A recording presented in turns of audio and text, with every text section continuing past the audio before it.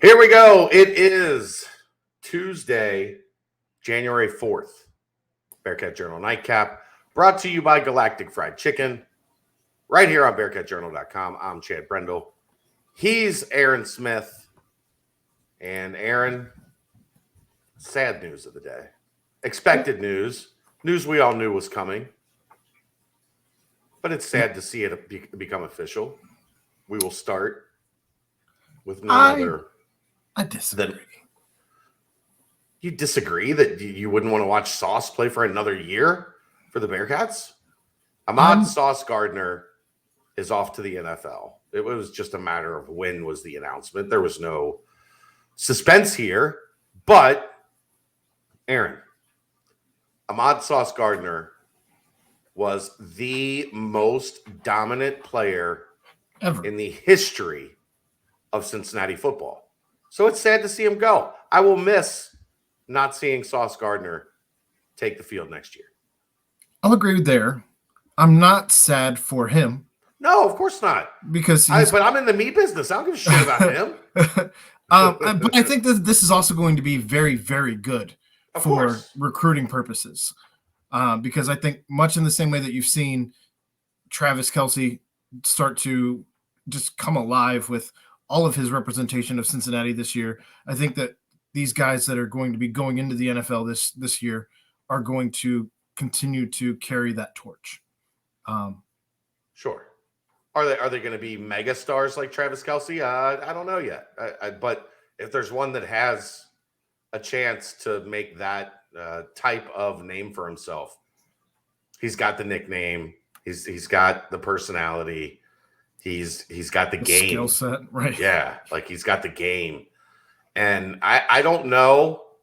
Like I was talking with Dave about this today as I was driving home from basketball practice, and Dave was driving home from picking up the little one from daycare. I don't know that we'll ever see anything like it again, because it's just, I don't know that yet. They will understand next season. I don't think people really understand yet how different the game is when you take the boundary side of the field and you just say, that's out. That there's no plays happening over there. No matter what you do, if you throw at him, it's going to be unsuccessful. He didn't allow more than 20 receiving yards in a game all year.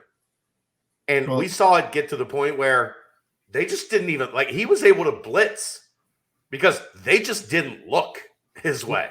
What was that stat that you showed me when we were waiting in line to go up in the elevator? Was it didn't allow a throw over 10 yards for 329 snaps or something absurd? Right. Like that was how many, like, in between, on average, yeah. In between snaps for every catch over 10 yards. For a first down. Forget touchdowns. He didn't allow first downs. He didn't allow a touchdown in his career. He played 2.5 years as a starter. It's just a run unlike anything we'll ever see again.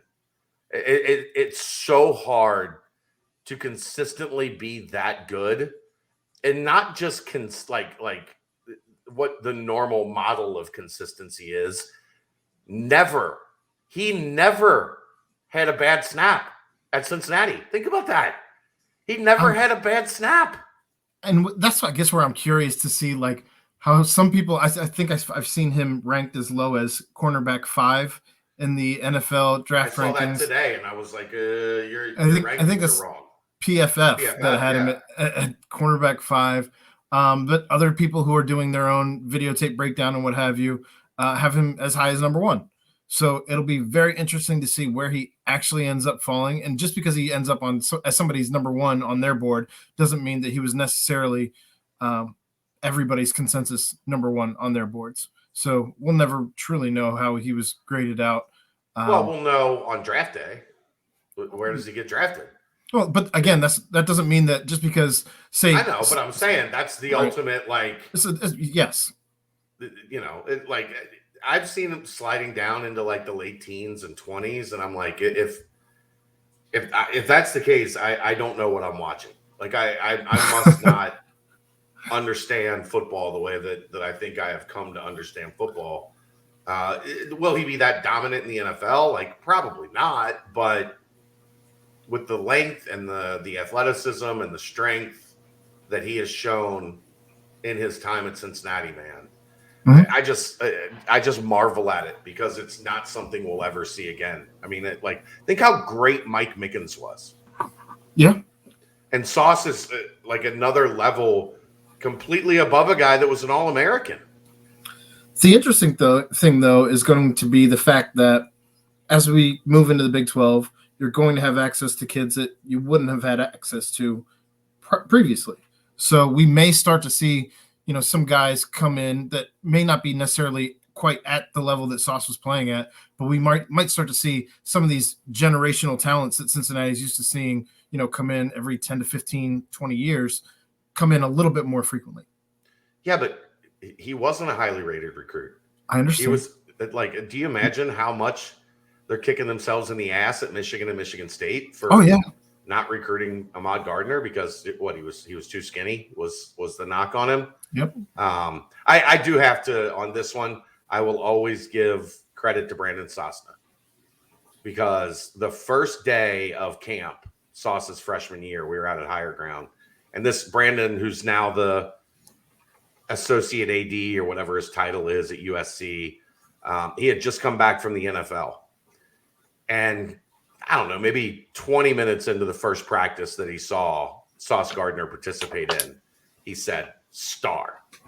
And it was like, dude, a strong wind, like not even a strong breeze is going to take that kid and float him off the field. And he said, look at the length, look at the way he moves. That kid's going to be a star. And I'm like, yeah, and 2 years, once Brady fully gets a hold of him, and if they give him a chance, it's going to be soon. I'm like, okay, dude, sure. And Brandon was quick. I ran into him. We had dinner on Thursday night in Dallas, and he was quick to remind the dinner party, hey, that one was me. That was me. I called that one before. Luke Fickell didn't know what he had in Sauce Gardner before I did. Just an amazing career. And however you want to phrase it, for me, the way I'm going to phrase it is he's the most dominant player to ever put on the CPAW on the football field. I think that because the number one hasn't been something that's been too often touted here at Cincinnati and made a big deal of. And for future classes coming in, I think they're really going to have to show that they earned it, especially after watching what he did, transferring from number 12 to number 1, and then the show he went on to put on while wearing number 1. Yeah, and Wiggins did the same the year before, switching to number 1 and kind of making that his own. And now it's kind of looks like that's going to be the number for that secondary for the dude. And man, without Cook, without Bryant, without Sauce, they're gonna need to find a dude. We need to find a dude this time next year. Spring ball. Yeah, it's gonna be. Oh man, spring football. Like now that you're really on the payroll here, you're hopefully gonna be able to get to some more spring football because spring football is gonna be fascinating with so many jobs up for grabs, so many guys that have kind of played on special teams and made a little bit of an impact, but really haven't had a chance to show their stuff. They're going to get a chance to show their stuff. Here's one thing I guarantee you. There ain't none of them that are going to shut down one side of the field like Ahmad Gardner did. Not like that. It's closed. This side, closed. And more power to him, man. What a hell of a player. What a hell of a career. And boy, gonna miss watching that dude. The other, we went long on that. Not surprising for a guy of that magnitude. He deserved He earned it. 10 minutes of time. Quickly, a little bit of I got a chance to watch a little basketball practice today. Mm-hmm. And watching some of the things that Wes Miller is working on. And it kind of dawned on me, we've been talking about new roster and finding a leader and finding, that consistency and effort, that consistency and toughness. And watching today, like one thing was that I haven't talked about enough that I thought was pretty clear that they were making very much a focus today. When you turn the roster over 3 times in 3 years, one thing that doesn't get talked about enough is the break in communication on the floor.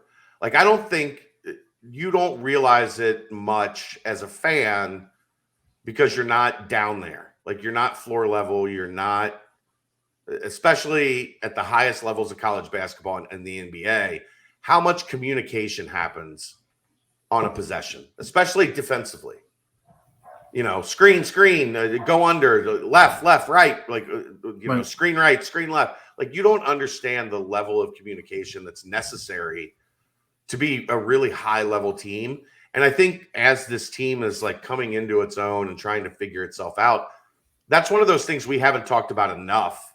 That is a major deal in terms of, finding your identity, finding who you are, finding that voice within your team. And, you take it for granted when you have a coach for as long as UC had Hugs and had Mick, because it becomes just a rite of passage, right? The veteran guys pass it down to the young guys in practice. They learn. And this is a team that didn't really have that. And that's something I think that as this team gets better, as this team progresses, that's going to be one of the reasons why, is because that just natural intrinsic communication that happens on the floor during a basketball game will start to grow and start to become much more natural for this group. Sure. I mean, it's kind of what happens when you bring in as many new players as we've talked about that until we've been blue in the face. So yeah, but I think this is just another wrinkle, another nuance that you don't think about. You think about rebounding and like getting back on defense and closing out on 3-point shooters, but a lot of that is built into that communication, right? Like the first guy gets back and calls out, like, guy over here, guy there. Here comes the screen. I think you think about the communication piece of it, but I think you think more of it on the offensive side of the ball as opposed to it's much more important on defense. I just think when you're thinking about setting things up, it's usually as the guys bringing the ball up the court, calling things out, guys are starting to move around, and I think that's where.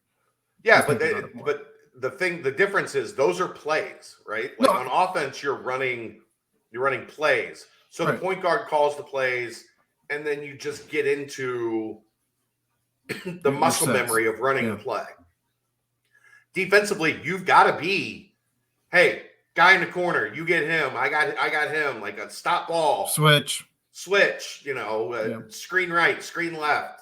Like that type of stuff is still in a work in progress for this group as they learn to play with each other.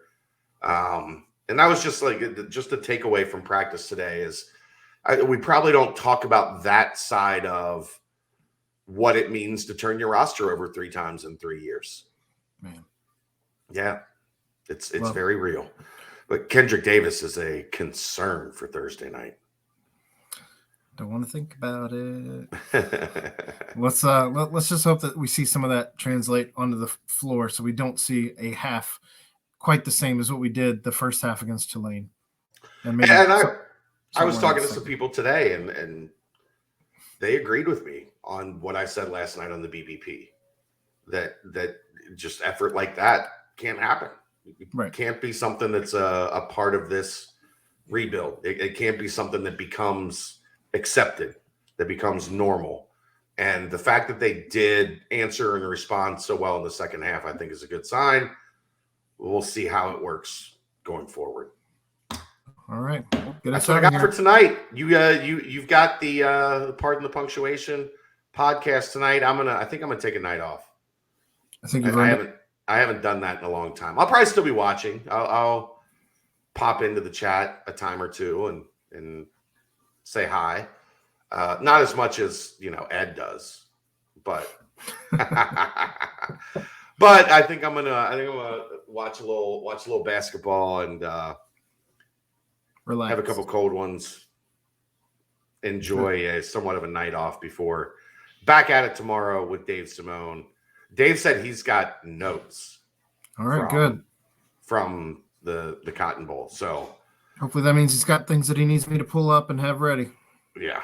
So we're gonna get out of here and stay tuned. More content coming as always. He's Aaron Smith. I'm Chad Brendel. This is, and tomorrow, Galactic Fried Chicken is back. Don't forget, they've been closed for like 2 weeks now. Tomorrow, Galactic Fried Chicken returns. So make sure you get down to Dayton, Kentucky, and get your Galactic Fried Chicken fix. It's going to wrap it up. We'll see you next time. It's the Nightcap right here on BearcatJournal.com. See ya.